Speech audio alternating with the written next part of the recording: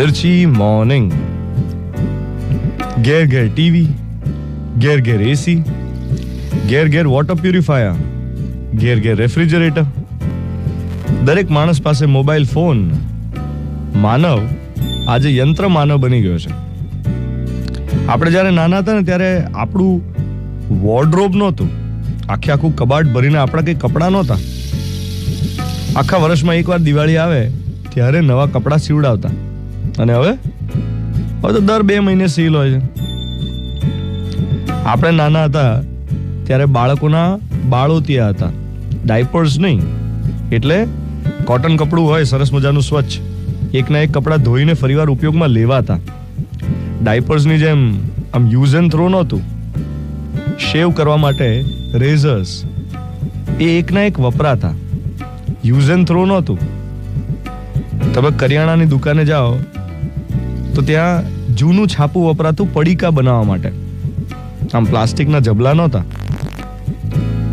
Pen હોય ને pen, તો પેન પણ રિફિલ વાળી વપરાતી, અથવા તો ઇંક પેન હોય તો ઇંક ભરવી પડતી, યુઝ એન્ડ થ્રો નહોતી. બોલ પેનમાં રિફિલ નવી નાખતા.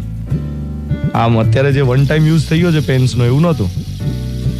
લોકો તમાકુ ખાતા પણ આમ કઈ પ્લાસ્ટિકના પાઉચનો ઢગલો નહોતો થતો. પોલ્યુશન વધ્યું છે કારણ કે આપણે કોઈ વસ્તુને રીયુઝ કરતા જ નથી.